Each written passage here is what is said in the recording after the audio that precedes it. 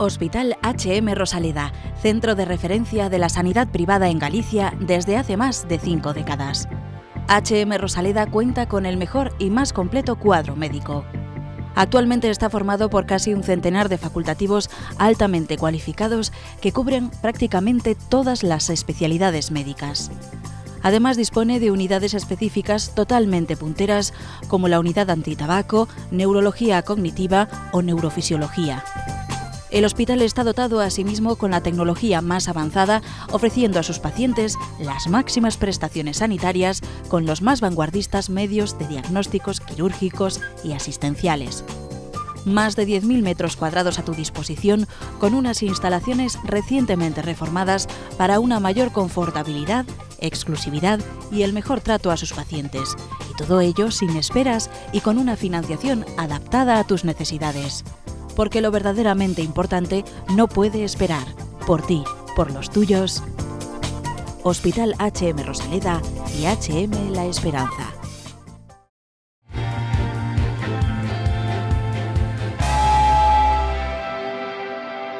Hola, bienvenidos. Otra semanita más para contarles cosas que tienen que ver con la salud aquí, en la televisión del Correo, en Falando de Saúde. María Almodóvar, bienvenida, muy buenas. Muchas gracias, encantada de estar aquí. Pues anda que yo, ¿qué sería esto sin ti? Yo más encantada. ¿Qué sería de esto sin ti? Bueno, vamos a dejar de darnos aquí jabón, que además hoy vamos a hablar de una cosa muy interesante, a la que, por cierto, no solemos darle toda la importancia que tiene. Bueno, lo que nos dedicamos a esto de hablar un poquito más, porque estamos hablando de la voz. Y fíjense, hay lugares donde esto lo han convertido en una especialidad, porque lo es, de hecho. Y hay unidades que se dedican a estudiar la patología que tiene que ver con la manera que tenemos de expresarnos. Por ejemplo, en el Hospital HM La Rosaleda hay una unidad. Está compuesta por 2 profesionales, un otorrino y una logopeda. La logopeda la conocen ustedes más que de sobra, porque ha venido por esta casa ya muchísimo. Él es la primera vez que viene, pero seguro que no va a ser la última. Él es el doctor Javier Laje y ella es Pilar Rey. Pilar, Javier, bienvenidos. Muchas gracias. Encantada. Oye, vamos a empezar por el principio. Javier, ¿cuáles son los problemas que afectan a la voz del humano que más frecuentemente te llegan a la consulta? El más frecuente es la disfonía, ¿no? La afonía que habitualmente se llama. Es algo que yo creo que todo el mundo alguna vez ha experimentado. Suele pasarnos después de un abuso vocal intenso, de noche, un mal cuidado de la voz, en ocasiones con el efecto de una infección local, con alguna irritación. La gente que fuma mucho. La gente que fuma, exacto. Es algo que suele ser autolimitado, se pasa solo, no le solemos dar importancia, pues me pasé y me he quedado afónico. Pero en ocasiones hay algún problema de base, algún problema más profundo que requiere ya una solución un poquito más compleja y ya un estudio más pormenorizado. ¿Eso qué es? ¿Realmente que es una inflamación localizada? Sí, se podría decir así. Es una inflamación, es una pérdida de la función de las cuerdas vocales, que dejan de ser un elemento vibratorio y pasan a ser un elemento un poquito más rígido, y con lo cual vibran peor y somos incapaces de emitir un sonido igual de nítido, igual de limpio que lo conseguimos con unas cuerdas sanas. Pilar, ¿cómo funciona nuestra voz? Porque Bueno. parece que no hay mucho conocimiento, ¿no?, entre los que no nos dedicamos a esto, ¿no?, de la importancia de la laringe y toda la complejidad, ¿no? Cuéntanos. Pues mira, la voz es bastante sencillo de explicar, ¿no? Es aire, es decir, es aire que pasa a través de las cuerdas y ese aire hace que esas cuerdas se muevan, gracias a todo un mecanismo que hace que ellas se aproximen y al pasar el aire pues genera una onda y esa onda pues produce un sonido. Una vez que ya pasa a lo que es la cavidad oral, pues la articulamos, es decir, ese sonido se transforma pues, en un sonido determinado, ¿no?, en palabras y en el idioma. Y bueno, de alguna forma explicar un poquito que para que las personas que nos están viendo cómo funcionaría nuestra voz, pues es muy similar a un instrumento musical, como por ejemplo la guitarra, ¿no? Nuestra caja de resonancia sería la forma de la guitarra, las cuerdas, que en caso de la guitarra son 6, en nuestro caso son 2, serían similares en cuanto a que cuando tocas la guitarra lo haces con los dedos. Bueno, pues cuando las cuerdas se aproximan es todo un complejo muscular que permite esa aproximación y que haya ese sonido, ¿no? Javier, ¿somos conscientes a veces de la importancia que tiene hasta laboralmente el tener una voz que te permita comunicarte. Y ya no hablo de aquellas profesiones donde la voz es fundamental, como pueden ser los cantantes o la gente que nos dedicamos al mundo de la comunicación. Yo tengo la sensación, corrígeme si estoy equivocado, de que no le damos su justo valor. Exacto. Uno se acuerda de su voz cuando le falla y si no, da por hecho que siempre va a estar ahí y no es verdad. La laringe es un órgano muy complejo, es un órgano que hay que saber cuidar y hay muchas profesiones que se tienen que considerar en cierta manera atletas de la voz. Igual que un atleta que va a correr se cuida, se prepara, calienta, cuida su musculatura, un profesor, un locutor, un comerciante, un abogado, este tipo de profesiones que exigen el uso intensivo de la voz, teleoperadores, por ejemplo, tienen que ser conscientes de que tienen un instrumento que tienen que cuidar. Y si no lo cuidan, su vida laboral se va a ver afectada. En la consulta estamos muy acostumbrados a atender a profesores, a atender a locutores, cantantes, gente que por un mal uso de su voz ve afectada su carrera laboral y con bajas repetidas, con problemas incluso de comunicación y son problemas que uno cuando es joven no piensa que le vayan a pasar, piensa que su voz va a estar siempre ahí y dependiendo de qué actividad laboral realice cada persona, hay que ser más consciente de esto y aplicar medidas. Se tiene que ser más consciente. Incluso en las propias carreras universitarias, en la propia formación de cierto tipo de profesionales, hablo por ejemplo de profesores, debería de incluirse un conocimiento importante del instrumento que van a utilizar para trabajar y de cómo hacer unos cuidados mínimos. Mira, qué prudente ha sido que no ha dicho que la maltratamos, porque seguro que la maltratamos. Seguro que sí, yo la primera, ¿eh? O sea, que a mí ya me podéis poner las pilas o con algún ejercicio. ¿Cuál es un poco la importancia, ¿no?, de llevar a cabo un enfoque combinado y completo desde la otorrinolaringología y desde la logopedia? Pues cuando llega un paciente a la consulta que tiene problemas recurrentes de afonía, lo que hay que hacer es un diagnóstico concreto y correcto de qué es lo que le pasa a esa persona. Normalmente, gracias a Dios, la mayor parte de la gente con problemas de afonía crónica no tiene ninguna lesión orgánica. Sus cuerdas vocales son aparentemente normales, no tiene lesiones tipo nódulos, tipo pólipos, que siempre la gente viene con eso en la cabeza, pero las está haciendo funcionar mal, las está tensando demasiado, las está forzando demasiado, las tiene irritadas por algún agente externo, por ejemplo tabaco, por ejemplo el reflujo, la gente no es consciente de que el reflujo gastroesofágico puede hacer mucho daño. Y con ese diagnóstico preciso de cuál es el problema, hablamos en este caso con Pilar y diseñamos una estrategia para seguir, que luego es ella la experta que realiza los ejercicios. Bueno, pues la importancia de contar con un otorrino especializado en voz es que él me va a aportar una imagen, ¿no?, de esas cuerdas que yo no puedo visualizar en la consulta cuando me llega el paciente. Y es muy importante ver el funcionamiento de las cuerdas cuando fonamos. Muchas veces llegan pacientes, no, es que me vio las cuerdas, sí, pero ¿cómo se las vio? Respirando. Entonces, cuando estamos respirando, las cuerdas no están actuando en fonación, no están juntándose, no hay movilidad, no hay onda. Entonces, eso es la importancia de colaborar con él, porque de esta forma yo sí que obtengo esos datos y podemos orientar mejor la rehabilitación.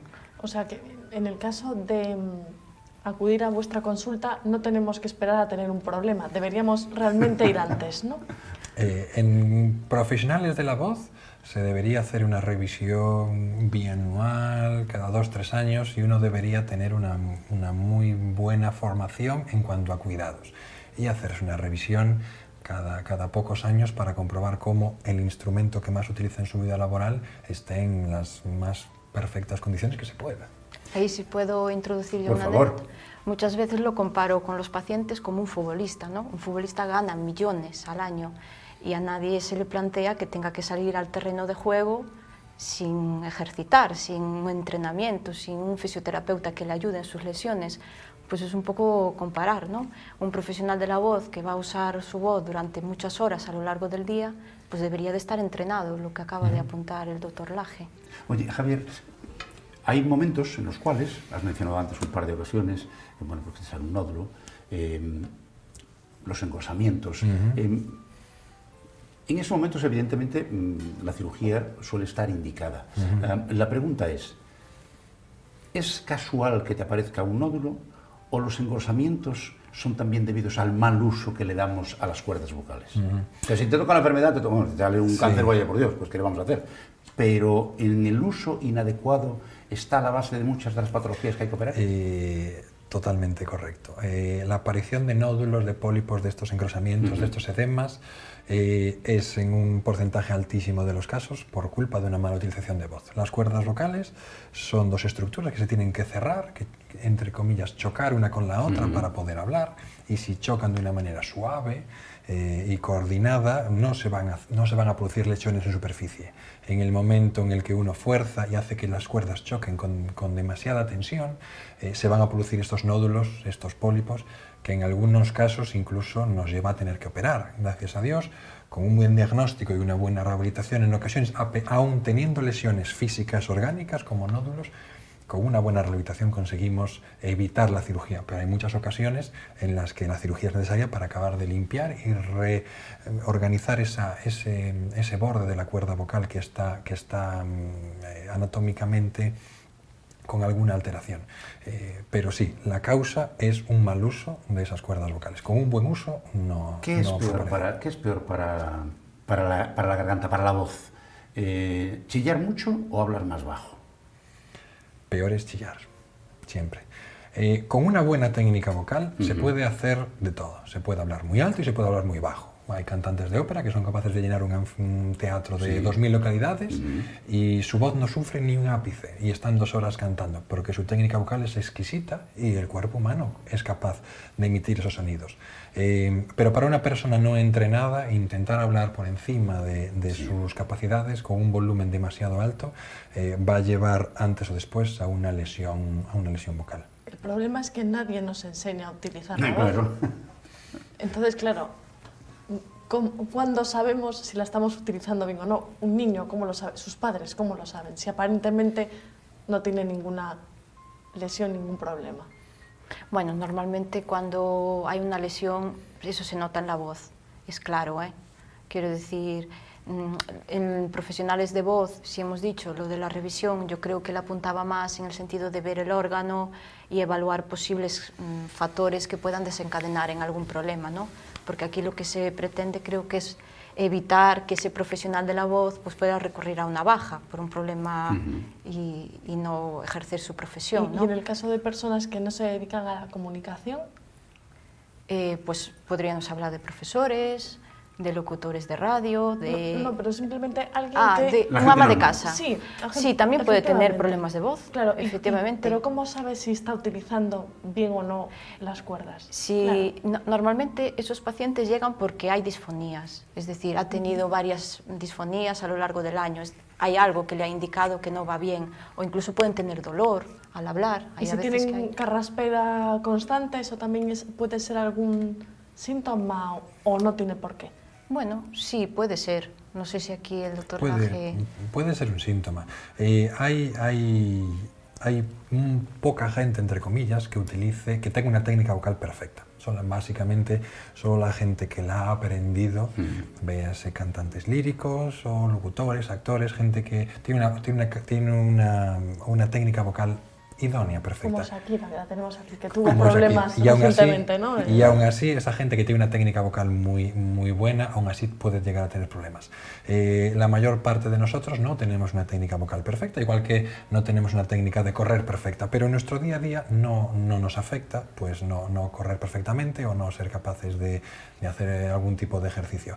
Nuestra voz nos llega y nos es suficiente. Es en el caso de que uno necesite un poquito más de su voz, en el que si no tenemos una técnica vocal muy buena va a dar la cara. Si no, una persona que se plantee yo hablo bien o yo hablo mal, si una persona necesita su voz para X actividades a lo largo del día y nunca tiene problemas, su técnica vocal le llega. El problema es cuando esa técnica vocal que cada uno ha adquirido en la infancia de una manera autónoma, igual que uno aprende a caminar de una manera autónoma sin que nadie muy bien le explique cómo, el problema es cuando su técnica vocal adquirida no le llega porque su actividad habitual con la voz se excede de lo que su laringe y su técnica vocal es capaz de dar. En ese caso es cuando hay que consultar y hay que ver cuál es el problema para poner un remedio antes de que aparezcan lesiones orgánicas que son más difíciles después de arreglar.